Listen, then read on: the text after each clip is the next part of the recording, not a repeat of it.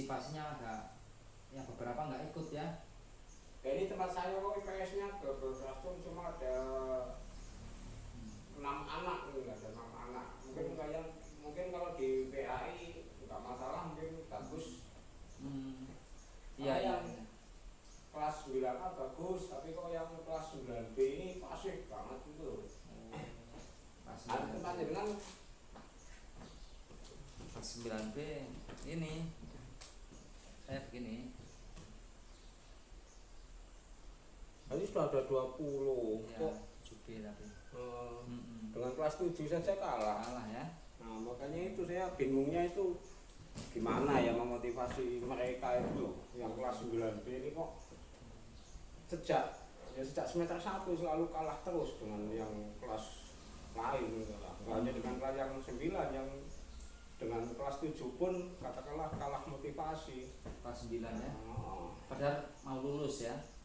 Nah itu yang jadi masalah kan itu, harusnya kan hampir lulus. Iya. Mestinya nanti ketika mereka sudah melanjutkan akan menemukan juga masalah seperti ini, pembelajaran online, dan juga harus menguasai katakanlah dunia digital. Mereka seperti itu. Nah, tapi sudah dimotivasi kayak apapun kok motivasinya seperti belum tumbuh gitu. Berarti kira-kira harapannya Pak Mak itu apa? Harapannya kita diskusi ini mau apa kira-kira? Nah itu yang sebenarnya harapan sejak awal mereka masuk sini. Sejak awal mereka masuk sini saya sudah punya harapan bahwa anak-anak saya harus menguasai dunia digital. Nah makanya setiap pembelajaran itu saya usahakan katakanlah ada integrasi mapel IPS dengan dunia digital, karena kebetulan saya punya katakanlah ya semangat untuk mengajarkan mereka seperti itu, minimal itu, meskipun dalam penguasaan belum seberapa katakanlah itu. Kayak digital ya. Iya. Ya. Ya berarti batas yang penting dunia digital. Kalau katakanlah misalnya mereka suka main game, itu kan juga dunia digital. Kira-kira sebabnya apa, kenapa mereka kok tidak partisipasinya itu rendah di Google Classroom Pak? Nah, sepertinya karena katakanlah ya pertama kayaknya pengaruh teman-temannya kayaknya Pak. Jadi teman yang satu itu saling mempengaruhi teman yang lain. Karena terlihat ada 1-2 anak yang dia kelihatan sekali katakanlah lebih ahli dalam penguasaan digital, lebih ahli dibanding teman-temannya. Tapi dia bukannya kemudian mempengaruhi teman-temannya itu menjadi ahli atau katakanlah menguasai, tetapi malah dia yang menjadi alat bagi teman-temannya ketika ada masalah. Nah, si anak itu yang menyelesaikan. Nah, yang lain hanya menikmati hasilnya. Nah, itu pasrah bongkokan kepada yang bisa. Seperti itu. Seperti misalnya ketika HP-nya hang, katakanlah gitu. HP-nya hang, bukannya dia kemudian bertanya bagaimana caranya, tapi kemudian malah dia minta tolong pada yang bisa itu, si ahlinya itu, si A itu, tanpa minta tahu caranya bagaimana. Nah itu tapi terima matengan gitu ya. Sebagian besar sepertinya anak kelas 9B seperti itu. Ketika mengalami masalah, bukannya dia bertanya bagaimana caranya, tapi yang ditanyakan hasilnya, bukan caranya, supaya untuk itu. bisa itu bagaimana. Terus selama ini yang sudah Pak Marif lakukan itu apa? Nah yang sudah saya lakukan pendekatan ya masing-masing anak. Saya japri. Nah, saya cari, ajak ngobrol dengan bahasa mereka, apa yang mereka sukai. Nah itu yang kadang memprihatinkan saya itu. Fokus mereka itu seperti tidak ada gambaran bahwa di sekolah itu sebenarnya untuk apa gitu loh. Tujuannya itu apa? Untuk apa dia sekolah dan untuk apa dia belajar berbagai macam pelajaran, itu tidak ada gambaran sama sekali manfaatnya dan mungkin kedepannya mau seperti apa, keuntungan buat dia itu apa, dan dia itu nggak tahu orientasi ke depannya. Itu. Tapi ketika ditanya cita-cita, mereka katakanlah sudah ada gambaran bahwa besok saya akan mau jadi apa, saya ingin bagaimana, itu mereka ada gambaran. Ketika diarahkan begitu baru ada kesadaran gitu. Tapi karena hanya obrolan sifatnya spontanitas, nah mungkin pada saat yang lain kemudian sudah lupa gitu. Nah, itu yang jadi masalah. Itu setiap kali ada katakanlah semacam motivasi, pada saat dimotivasi dia ingat gitu. Pada saat dimotivasi ingat, atau katakanlah mungkin sadar gitu. Sadar, tapi kemudian setelah beberapa lama atau mungkin bahkan tidak menunggu lama, ya baru beberapa saat gitu kemudian bergaul dengan temannya lagi, motivasi itu hilang gitu. Nah itu yang masalahnya seperti itu. Jadi mungkin yang diperlukan, mungkin memang kita harus katakanlah secara kontinu terus menerus gitu. Nah masalahnya kemudian kontak kita selama ini, kontak antara guru dengan siswa kan sangat jarang. Nah kemudian ketika dalam pembelajaran, ketika ngobrol bebas di Google Classroom, di WA atau mungkin di Telegram, ngobrol bebas itu mereka aktif, aktif di situ ya. Ngobrol bebas yang tidak terkait pelajaran, aktif sekali, bahkan berani bercanda dan sebagainya. Tapi enjoy ya. Nah, tapi begitu sudah sedikit menyinggung pelajaran, biasanya mereka langsung diam. Langsung diam. Dan agak berbeda ketika misalnya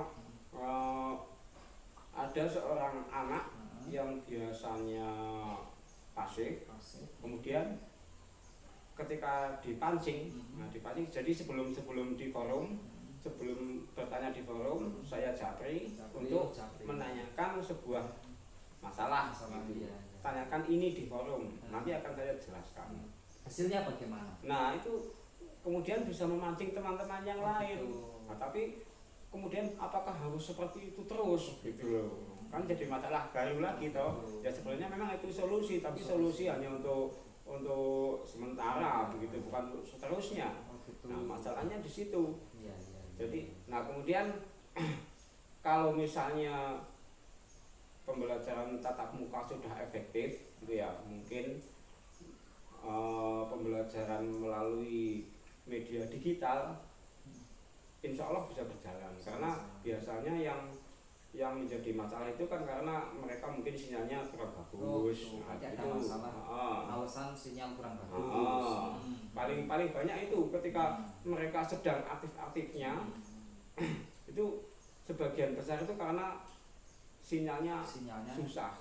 Ya itu karena memang medan di sini kan seperti itu. Tapi yang jelas sebenarnya saya punya solusi gitu loh.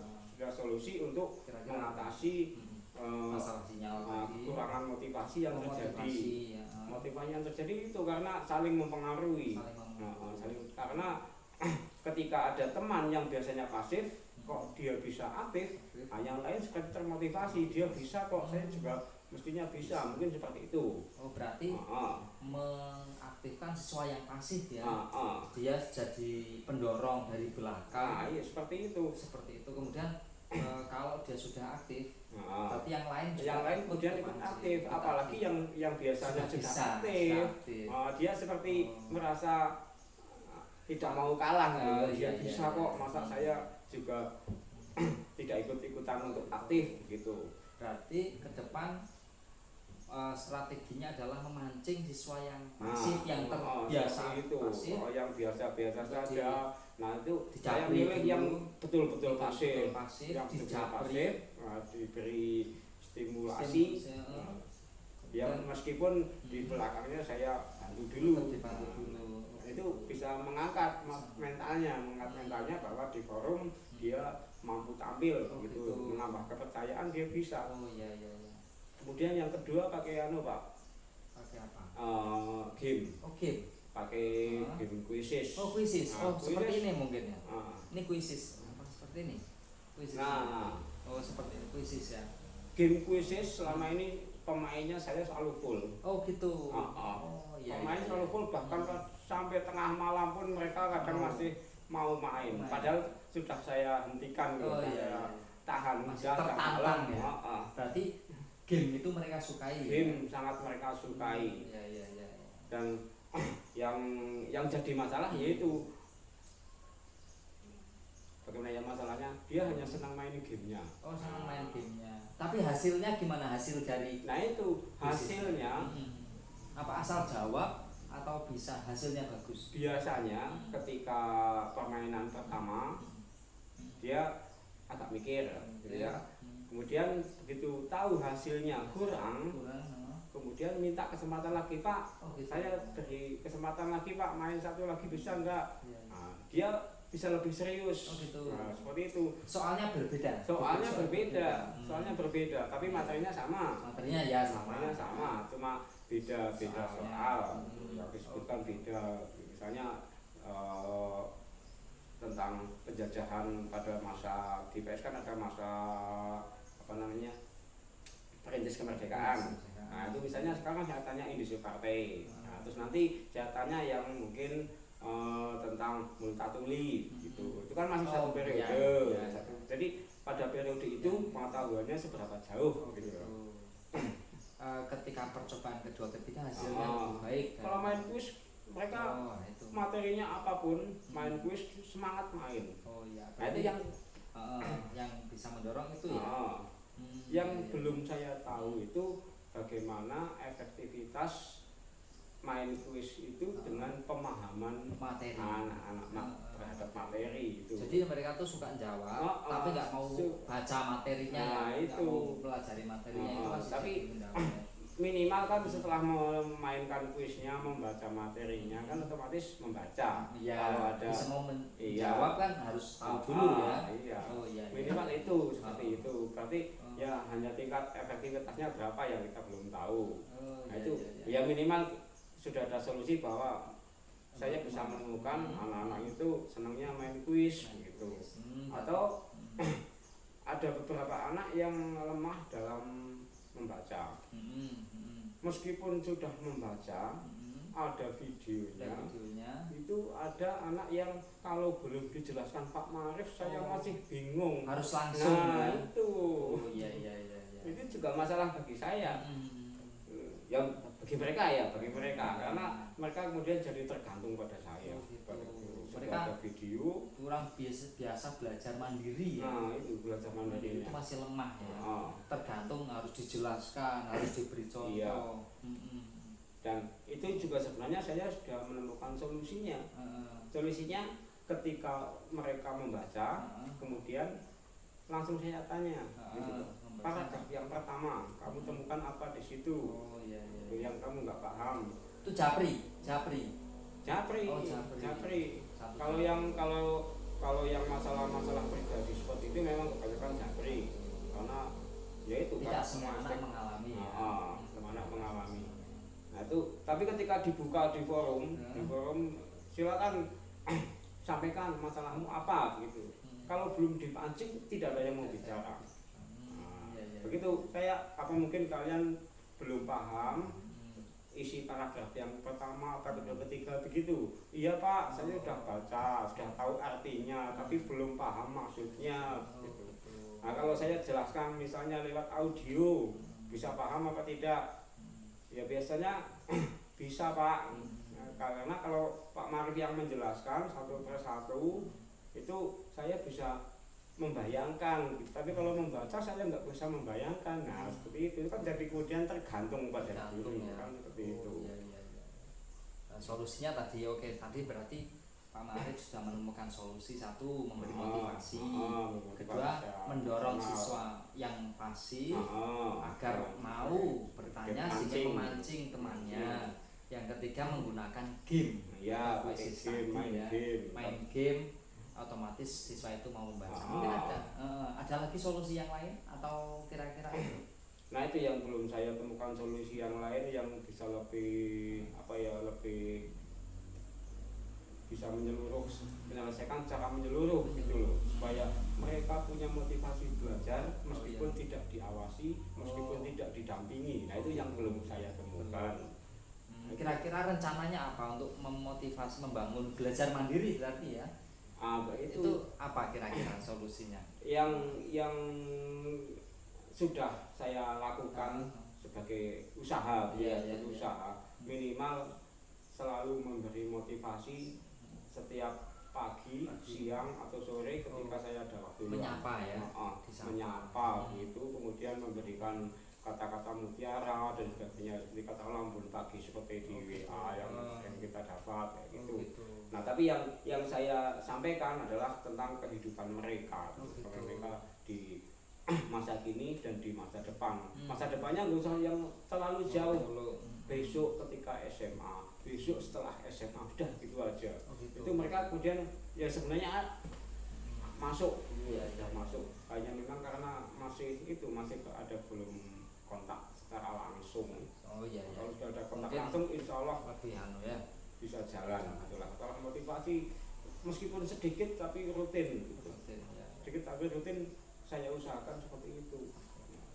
Kira-kira dari pertemuan ini Pak Ma'arif sudah punya gambaran ya, langkah ke depan akan seperti apa tadi beberapa langkah itu termasuk ada jadi yang terpendam di pikiran saya, dalam hati saya itu kemudian Pak Arif bisa tahu apa yang saya pikirkan itu sudah ada, jadi agak lebih ringan. Jadi saya lebih yang saya lakukan itu sudah berada di jalur yang benar, katakanlah seperti itu.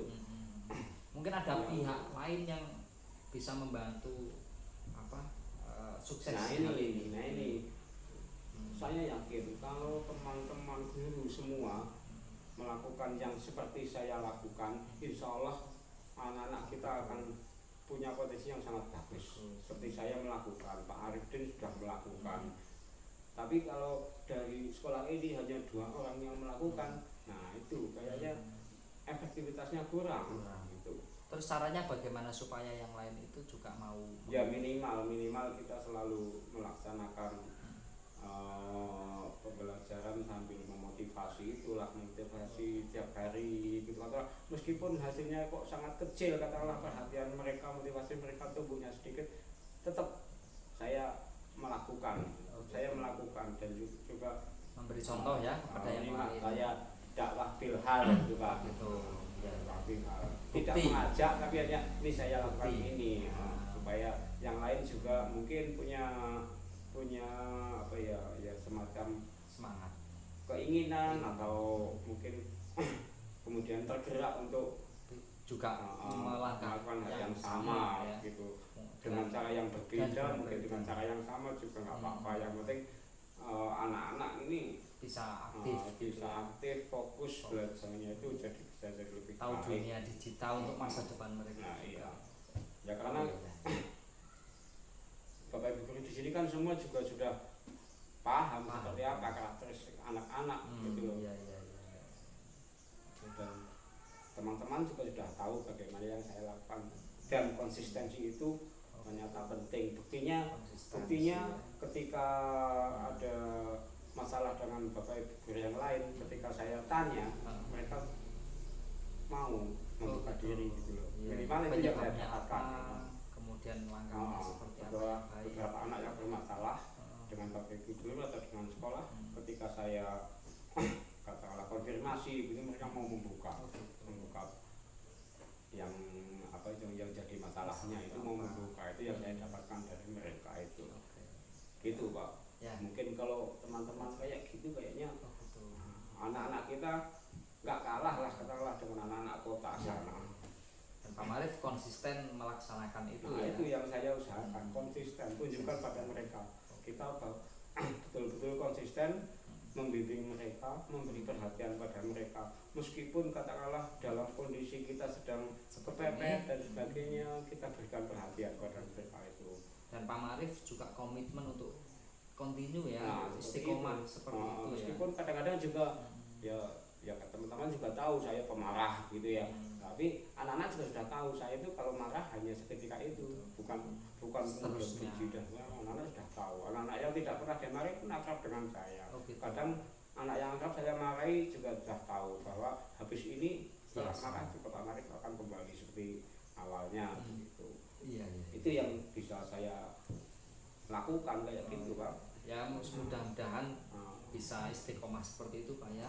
Dan Pak Ma'arif komitmen konsisten untuk melaksanakan itu.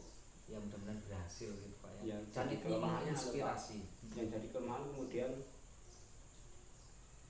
administrasinya yang sulit melakukan hal yang seperti saya lakukan itu. Administrasi. Administrasinya bagaimana mengadministrasi kegiatan yang saya lakukan tengah malam. Oh gitu, sampai malam-malam ya? Sampai malam-malam mereka panik tuh Pak. Iya, luar biasa. Pagi itu kadang-kadang iseng-iseng jam 2 pagi lihat WA masih ada yang online, saya sapa. Oh gitu, waduh. Ya. Makanya itu kadang yaitu ya yang penting anak-anak saya motivasi sholat walaupun belum 5 waktu, yang penting pada saat ingat saya ingatkan ya sholat gitu. Misalnya seperti itu. Luar biasa. Ya kira-kira obrol kita sore ini apakah sudah atau bagaimana? Ya insya Allah sudah bisa membuka pikiran dan wawasan saya sendiri, meskipun saya yang ngomong tapi bukan saya punya pikiran yang begitu. Nanti kalau Pak Marif sudah banyak kuis-kuis dan sebagainya bisa ditularkan juga ke teman-teman. Oke, kalau ini yang ingin sebenarnya juga ingin saya sampaikan pada teman-teman seperti itu. Kita buka forumnya. Teman-teman punya masalah, punya solusi, saya juga punya masalah, punya solusi, mana yang bisa kita pakai. Ya, terima kasih Pak Marif. Sama-sama ya Pak ya.